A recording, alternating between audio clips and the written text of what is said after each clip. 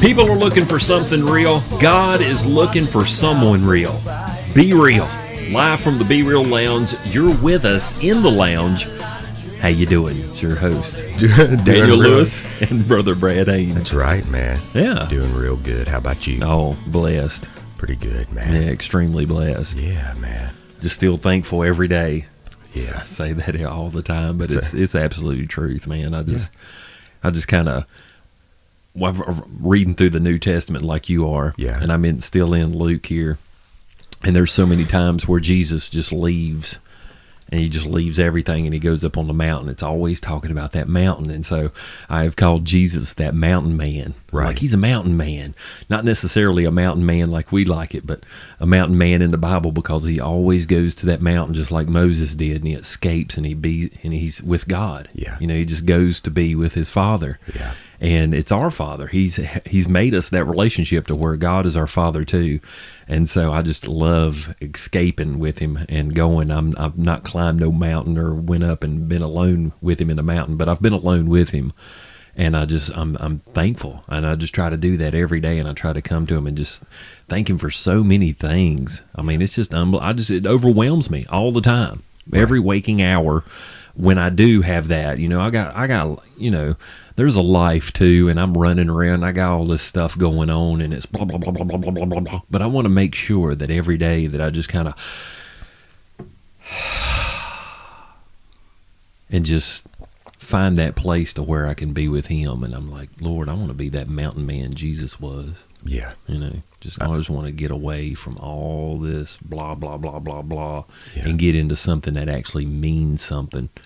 What you've made me to be, yeah, have that real relationship. I mean, real, not just say it, but real. Well, man, now that we're kind of talking about the relationship stuff, I mean, a realization with me the other night, man, just with Tanya and talking about the love and stuff. We're just hanging there talking about different stuff, and I'm giving her a hug and just sitting there and really having this realization of, how much I love her and how much I would do anything to where she didn't have any problems or don't want her to go through any pain, or, just want to protect her. And then, I realized we are the bride. And I've realized it before with my mind, but it's different. Like me and you were talking about the scriptures of different things. And when you realize something with your heart, how that really changes everything. It does. And I realized with my heart that we're the bride of Christ, and the way that I was embracing her and in the way that I felt about her, he was saying the same thing to me. Don't you see that that's what I'm doing for you? That's why I've made this representation of this relationship, and I've set you as the bride, because you're evil and you have these own feelings for other humans, and you feel that. Don't you understand what my pure justice and my pure love and everything looks like? And I want to shield you from that. And if it is my will that you go through hard times, it's only because it's pure love, and there's something better on the other side of it. And the whole thing like that, man. And we have to look at the marriage representation like that. He made all of humankind like that. We have to look at these big pictures. He said from the beginning of time, man has no excuse because they've seen me in every part of life. That's it. And so, how much more the multiplied of the love, though? Just unconditional love. Our spouse, our children, just us in general, for loving anybody else, even loving God most of the time, has certain conditions. Right. And it's hard to get past those conditions. You can say you love God with all your heart and all mind, soul, body, strength.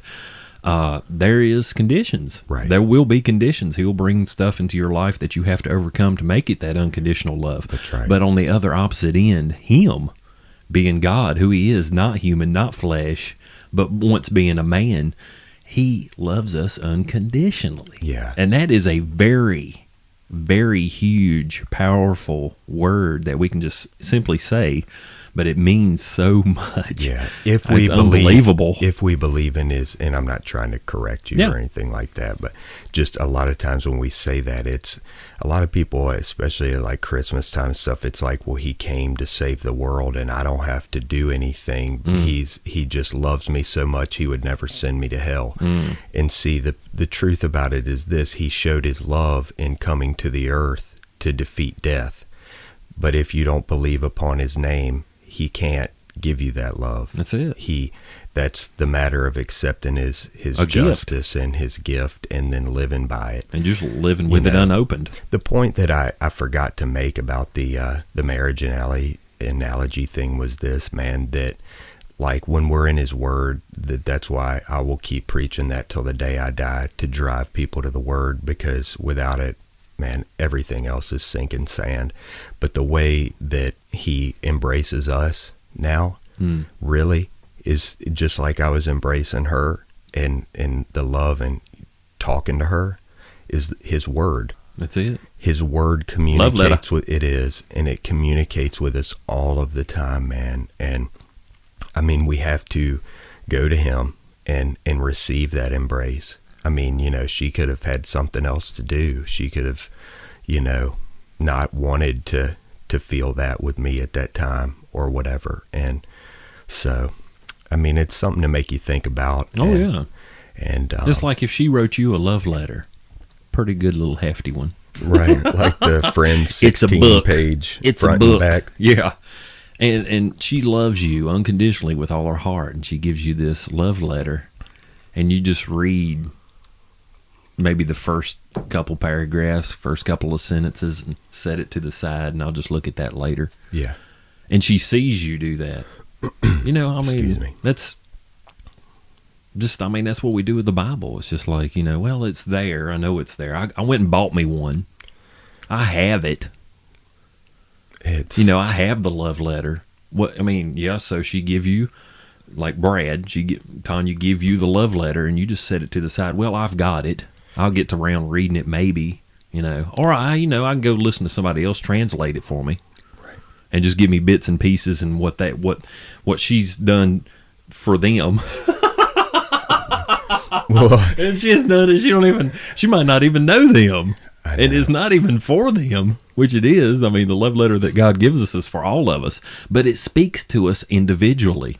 Something that's bringing up a feeling for me, man, that I think we need to talk about is, and Tanya and I talked about this last night. We were talking about it, and I was just like, my heart hurts so bad because everybody, I mean, including me, we have a million things other to do. We can always find something other to do than actually read his word. Mm-hmm. And we've said that a million times. And so that just kind of falls short. And she asked me the question because I didn't do it for years, and I was in a different condition and didn't look at it. And she was trying to get to the bottom of that, was like, well, when you didn't read it, like when you didn't look at it and stuff, what was the reason why? Like, why didn't you, whenever, you didn't look at it? And I had to really stop and think and say, honestly, and I was even professing to believe in Jesus, at the time, which is just, it baffles me, but it was for me, and I want to ask you this question, so be thinking about as I'm running my mouth over here, but for me, I didn't read it, I didn't look at it because I didn't acknowledge that was the one truth, that I actually thought, well, this is like, even maybe it's a moral code or just written by men, or there's parts that I can't understand, or I'm never going to be able to understand the whole of it. So I just didn't.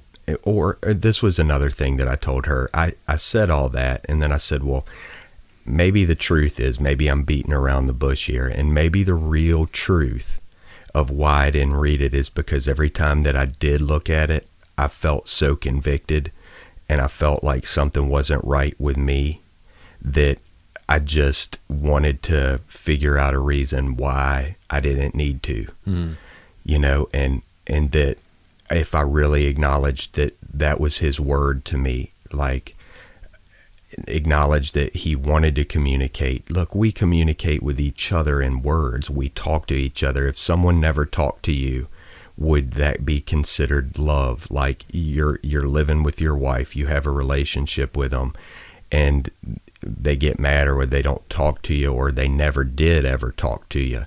Is that love? Like, how could God love us if he didn't talk to us? Well, how do we talk to each other? With words. Okay, what does anybody in mankind, man, that has some kind of big idea or whatever, they're going to write it down, right? I mean, they're either going to publish it on the internet now, but back in the day, they're going to write a book. So then we question, well, why would God write a book? Well, because that's how we communicate with each other. It's how we communicate. So for all these years, I'm like kind of questioning this. Would God really write a book? That God's going to write a book? Well, how else? That's what we read. Yeah. That's what we do with each other. So Ernest Hemingway writes a book, and that's a cool thing. But then we're like, but I don't think God would use people to write a book. Everything it's been built, he just used blueprints. I mean, it's the way that humanity works, man. Yeah. And we want to argue that point. So I think that I argued those superficial points to just really keep myself from being convicted personally about what his word was. And then looking at the whole picture, man, you see the whole thing. But I mean, we just, that's the one thing that we have to preach. That's the gospel, is driving people. I can say it, and I hope that then that drives people back to look at it and be fed in their own life, because you're never going to be fed by me. All I can do is direct you to the feeder, to the feeding trough, to Jesus. And you have to believe. Like, if you don't believe the Bible, you're like, I don't need to read it. Then I challenge you with just stop talking then, because you don't believe in words. Why are you using them? And if you don't want to do that, then what are the right words? What is the path? You know, I mean, what is it then? Why don't you do a show telling me what the truth is? Yeah, what's the meaning of life? You know. Yeah. So I mean, we have that passion to actually. All I want to do is preach the gospel. All I want to do is. I'm never saying anything on my own here. Well, I probably have, but I mean, the Spirit in me, I just want to unpack this scripture and search it daily, because all the answers are there. Like I said, every question that I've ever had about all of these crazy issues that people bring up. Even questions that I didn't even know I had questions about. Yeah. That's what I love so much, because I'm reading through it and I'm getting answers to questions that I guess they were there, but I really just had them on the side, and I'm like, that made me think of that I've never realized that before. I mean, it's answers to questions that I never had. Isn't that wild? But that I have, when I do read it, and I find the answers so curious that I realize that, that is a good question. Yeah. I don't know if it made any sense. No, but it did, and I don't want to go too far down the road before I leave the question to you. Why didn't you read it, man? I mean, why? Like, what was your deal with the Bible before you understood it as truth? I guess, one, I didn't like to read. Two, I just never, I never recognized God. I always kind of knew that there was something there, a God, but I just never recognized him. And so, not recognizing him, I didn't even recognize his word. It just didn't. I tried to read it, and I thought of it as, just another story book, and I'd read up through Genesis a little bit, and I got to the begats and begots, and I just was like getting bored, and like, this is just terrible. Did you just think it was like a book just like all the other religions, just some just any instruction manual that didn't really mean anything? Not really an instruction manual. It was just like a book just like any other book. I mean, it's just on the shelf with every other book that I didn't want to read because I couldn't stand reading. It meant nothing to me, really. It just was like... This is a hard question here. What changed? What made you go to it? What made you say, well, it is truth, and I need to find out what's going on here? Well, just my testimony. Just, just to where I had gotten so low that I was going to commit suicide. That something just drove me to, if, The Holy if this Spirit? is real, yeah, yeah, I know that now. Yeah. But at the time, it was just I knew if I ended it, that wasn't my meaning. You know what I'm saying? It's just not right to just end yourself. But you didn't know why, and you wanted to search why and you felt that way. Exactly. And you and found just like the answer. And just like my testimony, I did not want to follow Jesus. I didn't want to have anything to do with Jesus because I was born in the South. I was born in America. I was born in a somewhat Christian family. Grandma always spoke of Jesus. And I'm like, if I was born anywhere else in the world, I'd have all these other different things I'd be born into. So I went searching, and Jesus was last on the list. And everything I looked into, and it lasted a while. I mean, I don't know if it was a year, almost a year maybe, of looking through all these different things and different religions, I guess you could say. Well, they are religions. Even looking at the Christian religion, the church was terrible. Right. And I didn't really want anything to do with that. And I had a Bible, so I said, I'll just look into this. And I started reading it, and I started at Matthew and read the gospel, read Matthew, and then I read Mark, and I was just like, this is the same thing. Right.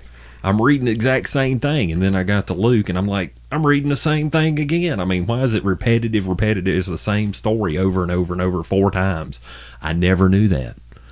I never knew I never got the sin part of it. I never got why he came part of it. And it just all of a sudden was just like, wow. And all these religions dealt with my mind. Mm-hmm. Every one of them. It was like a mind thing. Yeah.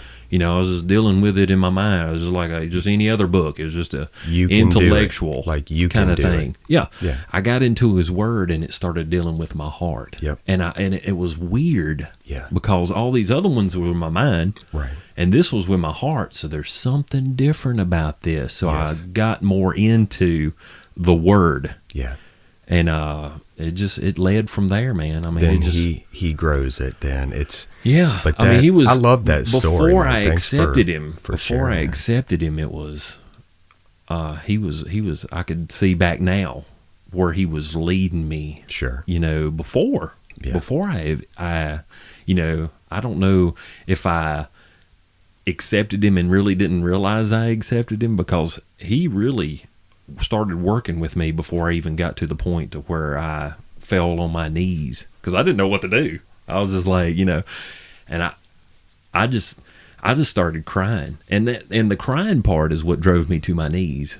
It wasn't like I was going to go through the ritual of falling on my knees. I was in my living room in my trailer by myself, and I was watching TV. Yeah. And it was a revival live in Florida. I ain't remember what they was talking about, and it doesn't matter. But, I mean, it was just like I knew. Your heart got touched, man, it called up. I started crying, and I was just like, this is real. I mean, nothing else has ever affected me like this. Maybe the birth of my first child. But nothing has really ever affected me like that. And even this was more powerful than that. That's the only thing I can relate to is, sure. Because I never loved anybody more until I first held him when he first come out. And all these people are like, you're going to, you love your children. But until I actually held him, I mean, I didn't even know him. He's just like a little baby. Sure. Little 8-pound fatty. And he's all like, I'm like, I would die for him. I mean, it changed my life. Sure. And this was the exact same thing. It was like, he's real. Jesus Christ is real. He died for me. Yeah. I mean, it's like the reverse. Yeah. It was just like, and now I'd die for him. Right. And the closer our relationship goes, I mean, it's like, you're not going to, there's no mind changing, because you got to change my heart, and that's impossible. Yeah. You can change my mind, but you ain't going to change my heart. It's here to stay, and there it is. Yeah. And I fell, and I mean, it was like crying. I didn't know what to do. I didn't know what to say. There was no lingo. There was nothing in the Bible that really tells you. It was just snot and blowing all over the place, and just saying, Lord, I know you're real. I know you're real. I know it. Thank you, God, because I have looked. And I've searched, and I was like, I never believed, and it was just, oh man, it's hard to put into words, but I was just, that was it. Yeah. It was, from then on, it was Boomtown, USA. Right. Once I knew that there was a God and who he was and his name, and, I didn't even know what saved was. I didn't even read that part, and I didn't really know what a sinner was. I'd never read that part, because I remember first getting to that part in, I think it's Acts or one of the books. I can't remember right now, but it's where I don't think it's in Acts, but it's Paul's talking about he was the chief of all sinners. Sure. And he didn't believe in Jesus Christ because he was a blasphemer, and he did it all in ignorance. And when I read that word, I was like, thank you, Lord. Yeah, I just read that a while back. Because I did that in ignorance, I mean, that's just like, I didn't think you could ever forgive me, but I'm seeing here now in your book that you're telling me, in your holy word that you're telling me, I was ignorant, and I was. And I knew that I was, but thank you for forgiving me, and that you do love me unconditionally, even though I was an idiot. Yeah. I mean, to myself, I wouldn't call nobody else an idiot, but I was. I mean, I can call myself an idiot. Of course. I still do idiot things. If anyone can call you an idiot, you can. That's yourself. I judge myself. Dude, I think it's an awesome and God. powerful story, and I'm glad, man, that it came up and stuff. And I think it's a good representation when you get then that spirit. It's going to drive you to the Word, and keep you there. And then you have the choice if you're going to wander off. I mean, I've read that so many times. I guess I'll be in Revelation tomorrow, and just the last few books have been nothing but don't wander from the faith. They've wandered from the faith. All of this stuff. So just look into that, everybody yourself. But man, that brings me to this, I got something in my throat, man. I'm sorry. Like I'm doing that. Y'all forgive me, but we ran across something, man. You were talking about the other religions and different things like that. And I think it's a good segue into this thing, man. Here we had asked our viewers if anybody wanted us to cover a topic or do anything like that along the way to shout out to us, and we would try to do our best to bring it up, cover it in some way. And one of our faithful viewers, old Jerry, he sent me this article and said, will you look at it? And I think it's a really good piece for us to talk about for a few minutes, just because we really can talk about it. So many times this stuff gets just down in the dirt political stuff, and you lose sight of Jesus. But I actually think that this one is good because flesh overtakes. Yeah, I think we can, because you want to be right. Well, this is like biblical stuff, so we can really focus. And I appreciate him bringing that to us. And I'm not a newsman or anything, but I will cover this like biblically as best that I can. Yep. But something that happened in our region, man, is and you know about it too, so help me tell the story. I guess up in Stanton, man, I know a little bit about it. They were for a world geography class or something. The teacher had everybody writing, in Muslim, or that's the wrong way to say it. Calligraphy of their language to make the Muslim statement of faith, which I'm not even going to say on here because I don't ever want to say that myself because I don't believe it. Yeah. But check out that they basically what the Muslims believe, man, at one point is you have to say this statement of faith one time in your life to be saved. It's kind of like our Romans 10:9, where it says, "Speaketh with your mouth, Jesus is Lord, and believe in your heart, thou shalt be saved." It's kind of the same thing, but it's with the false religion of Islam. Isn't that weird that we've reduced it to a sentence? Because exactly. What's weird, man, is I'm going to finish telling the story, but I read a bunch of these comments from the piece.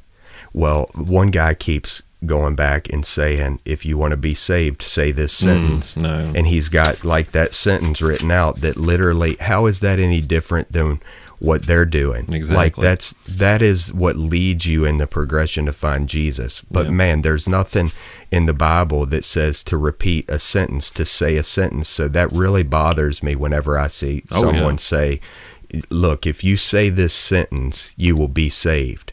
That's not cool. No one is saved by saying a sentence. Okay, that's what the Muslim faith is believed. Jesus doesn't preach that. He didn't ever say this sentence. If he did, I would be saying on here every day, I wouldn't even need to say anything. I would just come on for 5 minutes and I would say, okay, everybody, Here's the sentence that you need to say. That's it. And then I would just shut it off because everything else would be a waste of time, wouldn't it? Yeah. This is more of a praise. This is kind of like the Psalms where David repeatedly, I think it's mainly in the last few Psalms, like 120 through 150, praise the Lord, praise the Lord. I mean, it's in there. Of course. 50, 60, maybe even 100 times. Praise the Lord, praise the Lord. This is out of the Quran, and it's several times in the Quran, and it's kind of the same thing, right? Except it's directed toward a false god. Well, I mean, we'll get into that stuff after this because that's going to be a segue into some other stuff that we feel. But just quickly, back to the Stanton story. It's public school, World G. Mm-hmm. They have them write this in calligraphy. The students don't even know what they're writing. They didn't know. No one told them this is the statement of faith for another religion. Or you have a choice. You could write your state, whatever religion you are, you can pick this statement to write in calligraphy. There wasn't a choice. It was just given this. Then the kids find out afterwards that that's what it was about, that they basically unknowingly professed the translation to believe in a false religion underhandedly. So the kids really didn't. I mean, the Lord knows that. Yeah. But they were tricked.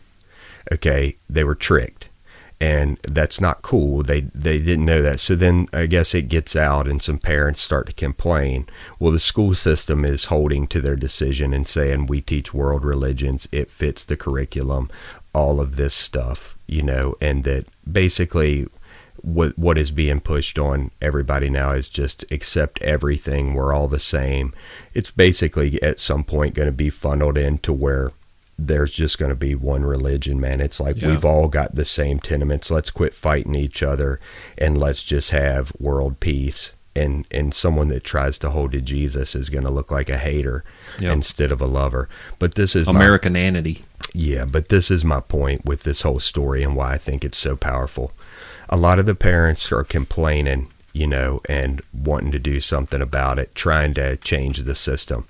Well, the system refuses to be changed. They're holding to what they're doing.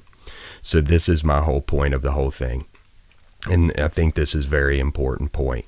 If you're a parent, something like this goes on, and you actually do what you're supposed to do, you say, "Hey, we shouldn't do this. This isn't cool," or whatever.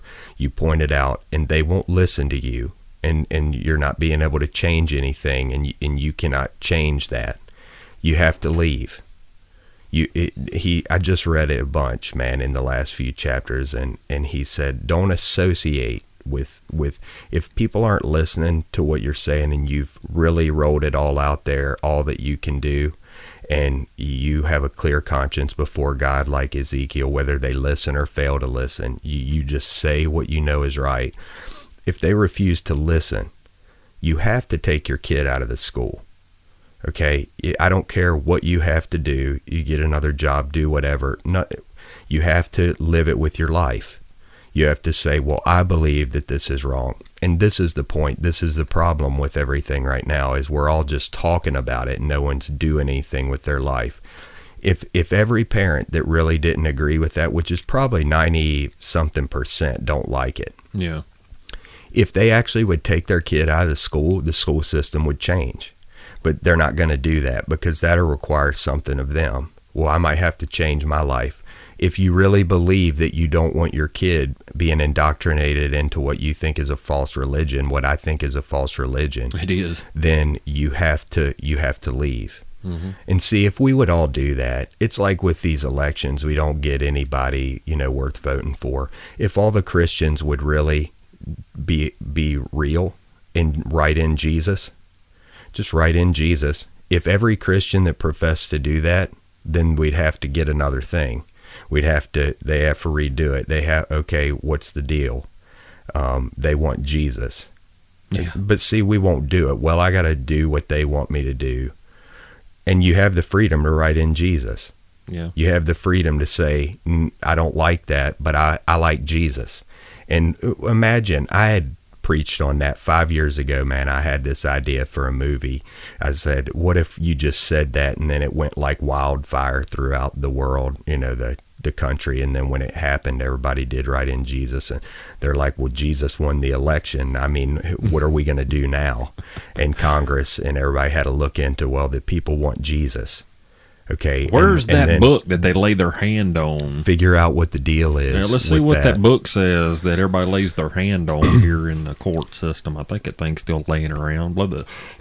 Get the dust off of it and let's see what this thing says about this Instead Jesus. of just laying our hand on it, I think we need to open that thing up and live by it. Yeah. Live by his words. He said if we're ashamed of him or his words, his words matter. Yeah. So anyway, that's my point with all that. I mean, I think that I'm just throwing that out there. I'm not trying to start a campaign for it or anything like that. But you know, it was what? a question, and I greatly appreciate it. Those listen, shoot us a question.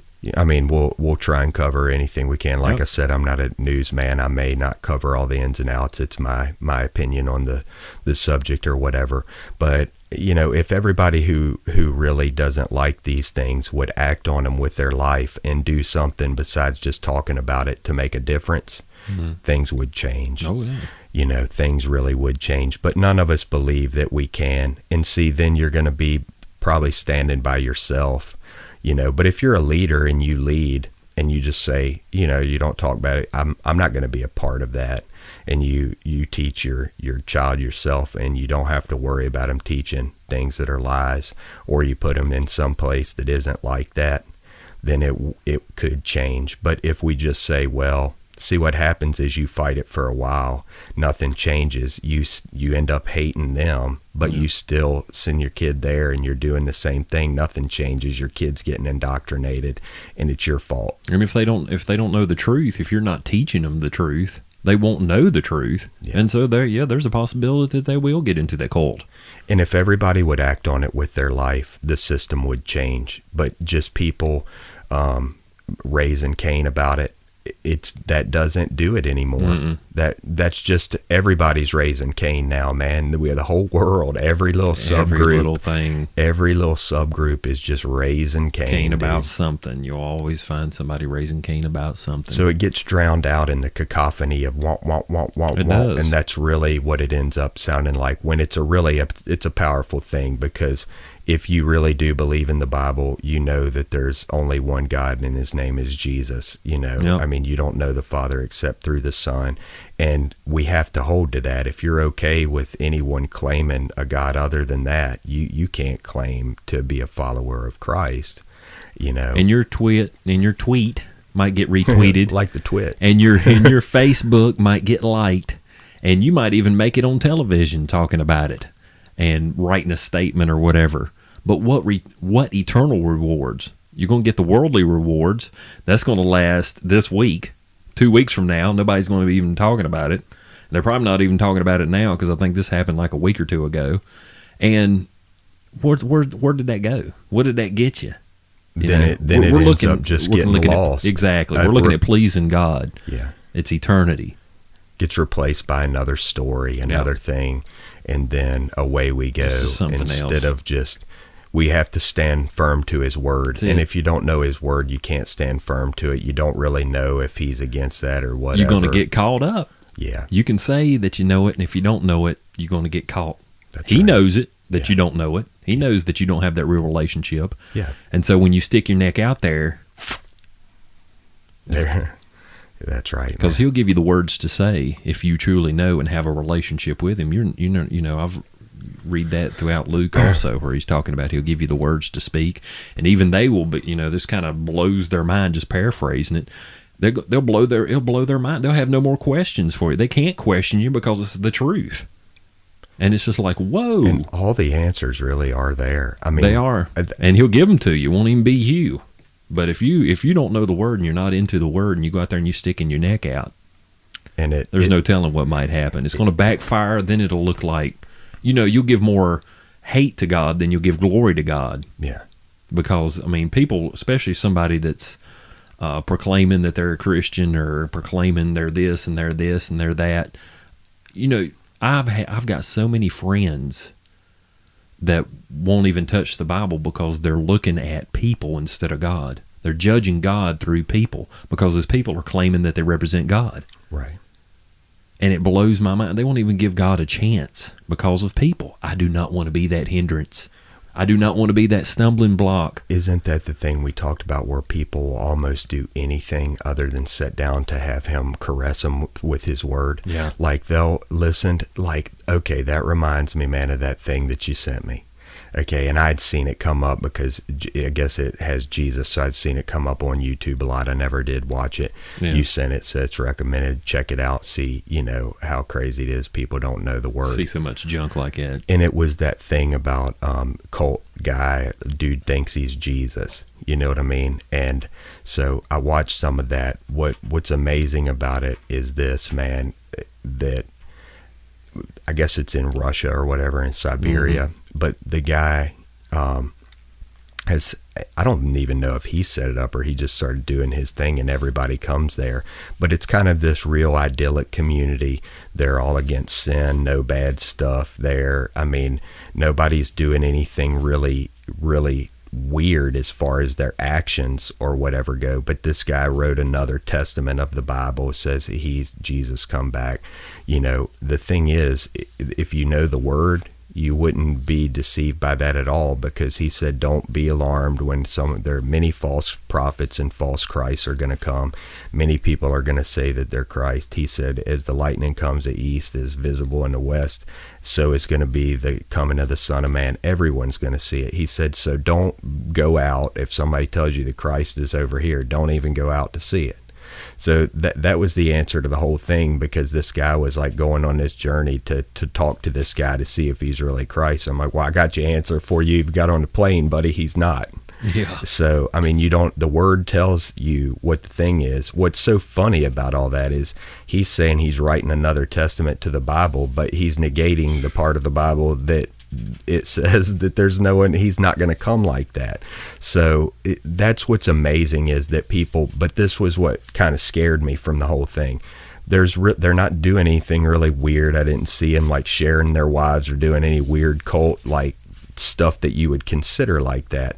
A lot of the ceremony actually looked like a lot of the ceremony that we do in church buildings. Mm-hmm. When you saw them doing all this, it wasn't anything. They're singing songs. They're doing all of this stuff, putting man on a pedestal. And look, he comes, and instead of them getting in the word, like everybody climbed up a mountain for 5 hours to hear him give a sermon. Okay, why? That's ridiculous. He's not Christ. I can tell you that because of the Bible. So don't waste your time doing that. But then the second thing that I thought of is how many of us in our world, it looked real freaky because he's like Russian and we're not Russian, right?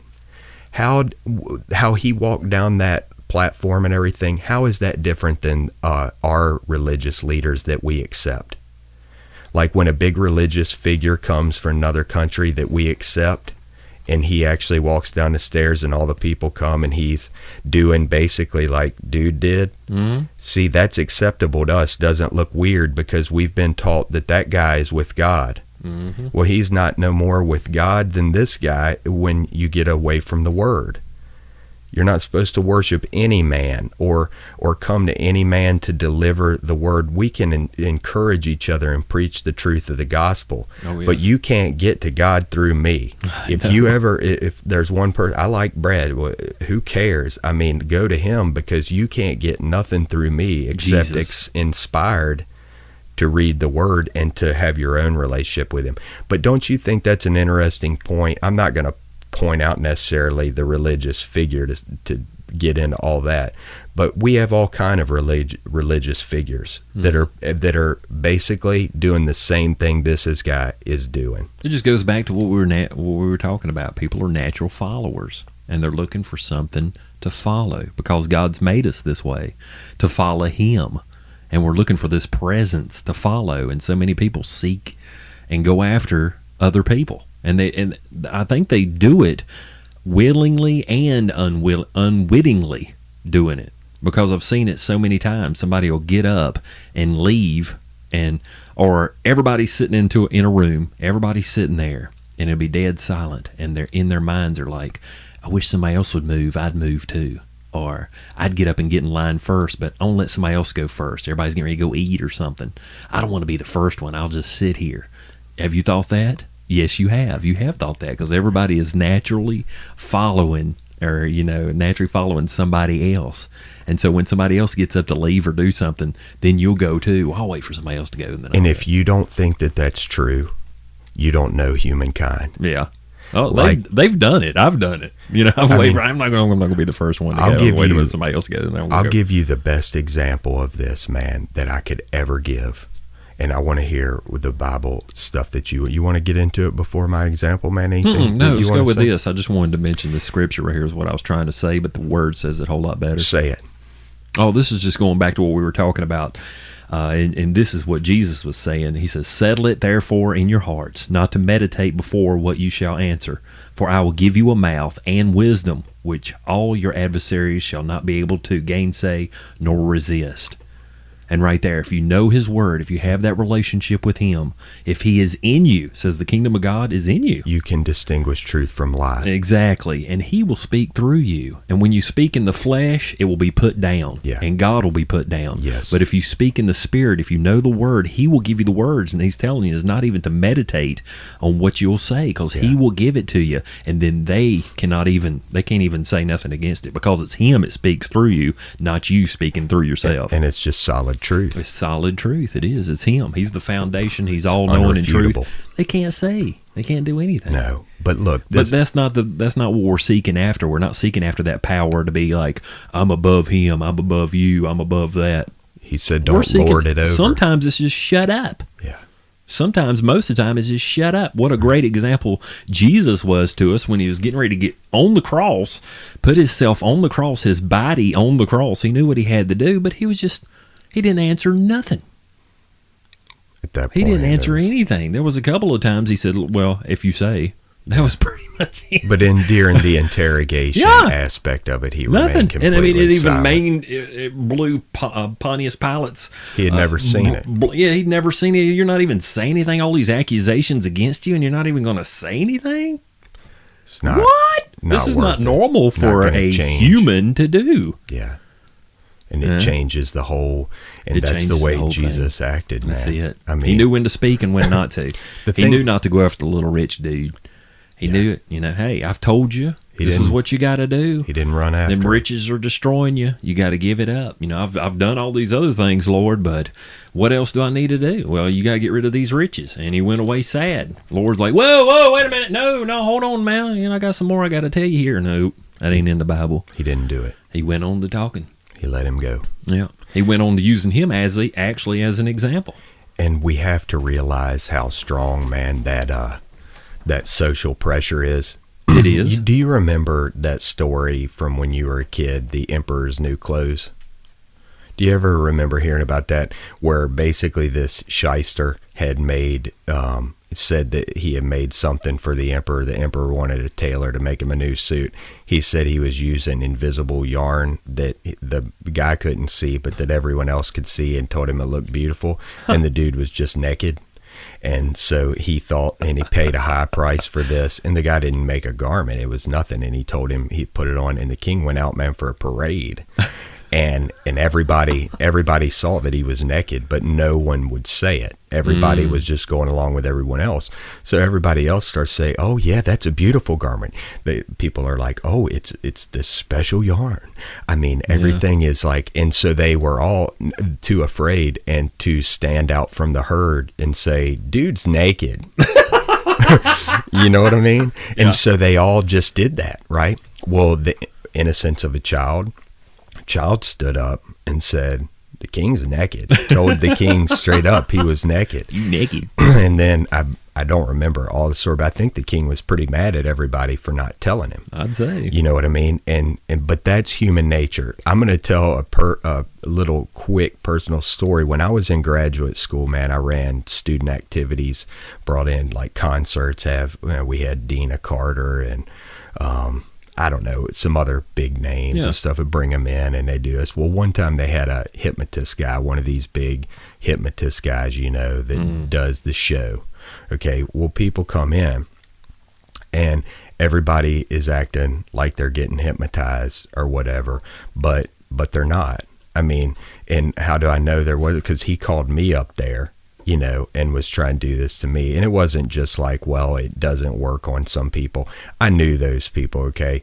And I'm up there, man. And this is before I'm following Jesus or anything like this, but this is the truth. And I have another friend who, they used to do this at college all the time. Yeah. It's still a big thing. And somebody that says, well, that's evil, they're doing evil. Yes it is. It's not, you don't hypnotize people, but your greed and all your stuff is just as evil too. So whatever, just go work on that. Don't lose sight of the story here. Yeah. But I'm just trying to make a point.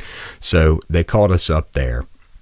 And the reason actually why I went was because I was smoking cigarettes at the time and I really wanted to quit. And this dude said he would do that. It didn't work at all. The Lord took that away from me. But Praise God. Anyway, so we go up there and he's doing it. The pressure was so great. I'm kind of a person, I'll stand out against it or whatever. And I looked at this other girl that I knew that was going through it too. And I looked at her and I was like, I'm not hypnotized. This is a joke. I was like, you want to just stand up. And when you see, they do this real good. It's like the world does now. If you did stand up and say, this isn't real, I'm not hypnotized, then they just say, well, it doesn't work for you. You go off the stage. Yeah. And nobody's going to stand there and say, well, nobody's hypnotized here. This is all. But the social pressure was so great to just conform that I looked at her and I said, you just want to give them a show? And she said, yeah, let's do it. And so we just acted a fool and stuff and kind of messed with him a little bit. The hypnotist, we'd act like it worked, but then we would kind of mess with him a little bit to kind of just like, he knew that we were messing with him, and it was kind of a funny dynamic. But then you get off and all the people are like, oh, so you were hypnotized? I was like, no, I wasn't. That's and none of these other people are. It's just a show. Yeah. But look, I make this point because we're all acting like we're hypnotized here. We're all acting like this nonsense, this worldview, this stuff is real. Social pressure. And the social pressure is making us to conform to things that aren't true. And we want to fit in so much that we will not stand up. Like those parents with that thing. You're going to be alienated from your friend group when you take your kid out of school. Mm-hmm. Well, are you trying to please men or God? I mean, you're going to be alienated when you stand up and say, I'm not hypnotized, and none of y'all are either. They're going to be like, you ruined our show. Mm-hmm. We were having a good show. We were all having fun. Everybody was laughing. You just ruined the show, man. Just like the world. You're ruining our good time. And see, but I don't want to hear that. You're ruining my good time. That's what we have to do if we really believe in it. And not in an argumentative way, in a gentle, loving way where we just say, look, if I've brought out my case here, if you are unwilling to see it, then I wish you the best with your false doctrine there. And I'm going to be over here pursuing Jesus. If you ever want to talk about Jesus, I'm over here. Yeah. I'm always here for you, but I'm not going to do that. Mm-mm. And you leave that herd, and that's going to alienate you from that herd. But do you want to run with a herd that's running off a cliff because it's full of demons like the pigs? Yeah. I mean, that herd is running straight off the cliff.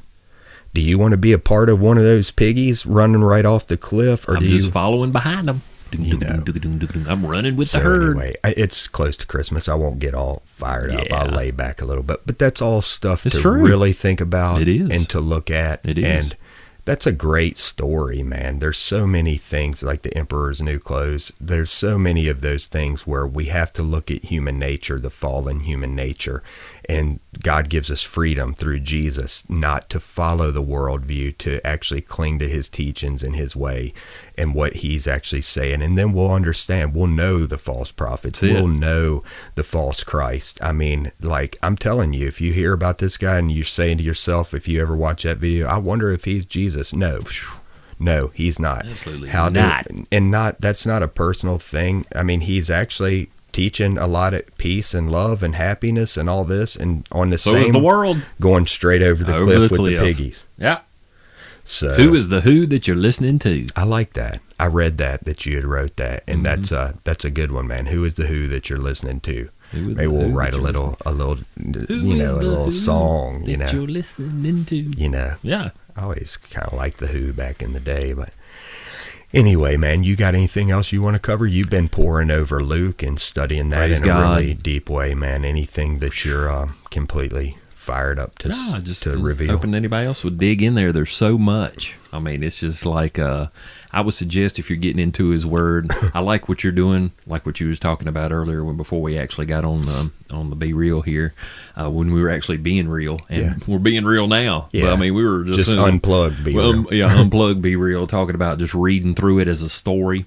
Yeah, reading all through the New Testament, all the way through it, and then studying. Going back and looking at it, later. I've been through it. I don't even know how many times, but been through it, and it's just like He's got me just digging, seeing stuff I've never seen. Yeah, we've said all this before, and I've said it 100 times, but it's absolutely. I mean, He meets you where you're at. He does every time, and He feeds you what you want. Yeah, I mean, what you need and what you want and what you crave. Yeah, He's amazing, and I love Him, and I love His Word, and I love Him, and it just His Word. Just, I mean, when He's teaching you, there's nothing else like it, and I would hope and I would pray that anybody that's out there really wanting to know, just get into it. It's so simple. He's right there. And for my final comment there, I just want to leave it with this right here, because this scripture kind of stuck out to me here in Luke. This last time, it kind of goes along with what we're saying here, and I just want to leave it with this. When I had first read it, I'd never noticed this one little part, little bitty scripture, little bitty compared to other lines of scripture there. It's just a sentence. And I'd read through it, and I'd read over it and read over it and read over it. It hit me the first time, but then I'm going to go back where it really hit me the second time, because I kind of broke it down just a little bit, and where He broke it down for me, and I just saw it in a different way. It says, "For the Son of Man is come to seek and to save that which was lost." And Jesus is the one saying that, and it's just a sentence. It's real quick. It's just right there, and I kept going. And then when I read it this time, I noticed the middle part of the sentence, and I was like, you know what? That has never hit me before until now. And I see that. And it says, "For the Son of Man," this is Jesus speaking, "for the Son of Man is come to seek and to save that which was lost." And then I saw that middle part, and it says, He come to seek. Jesus seeks too. He asks us to seek, knock, and shall be open, ask, and you receive. But right here He says, He come to seek. It says, "For the Son of Man is come to seek and to save." Not only come to save us, but to seek. And that just really hit me that time. I was like, I've never seen it. You always hear, Jesus came to save, the lost. But He also came to seek us out. He's seeking for us. If we'll seek for Him, He has that love. It drives Him to us too. And Daniel, don't you think, man, that the seeking, I really kind of believe this. It's not, the Bible doesn't say this. It's just my own opinion. Mm-hmm. So throw it out if you want, or search the Bible. I really think that everybody hears His voice at some point in their life and knows that He's knocking on their door. Yeah. And see, then it's a matter of, I think that He does that. He calls you. And then if you actually have ears and eyes, you know that it's Him, and then you actually start seeking Him. Yes. That's what actually He calls you out, and then you have to seek Him. And that's what He does, man. And He came to save us and seek us. And I'll leave it, man, for my part on a couple of things. First of all, getting ready to roll into Revelation. Hope that at least one person did it with me. If you haven't read the Bible yet, this will be our last show before we'll have one more show before the new year, but another year has passed and you haven't read His Word. So think about that. If you've always wanted to do it and you said, here it is, another year, I didn't do it. And then sit there and think about how many people, this was their last year. This 2015 is etched into their gravestone. You may never get another chance. How many people did we lose this year? Friends, sure, family. That's etched into their tombstone. No more. So don't let an opportunity slip. Just think about that. I'll leave you with a couple verses here, man, that are Christmas to me. I mean, do not love the world or this 1 John 15. Do not love the world or anything in the world. If anyone loves the world, the love of the Father is not in him. That one always touched me, and that one really challenged me, kind of made me have to live different. Whenever I looked at that, it really kind of rocked my world. Also, see, this is at verse 24, see that what you have heard from the beginning remains in you.